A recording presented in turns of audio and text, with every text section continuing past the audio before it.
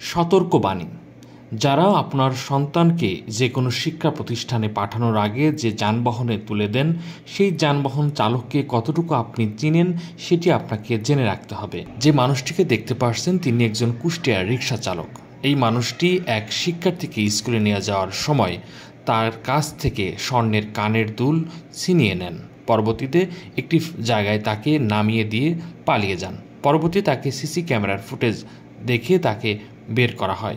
সুতরাং অভিভাবকগণ, আপনারা সন্তানকে স্কুলে পাঠানোর আগে অবশ্যই সেই যানবাহন চালককে ভালোভাবে চিনে রাখুন।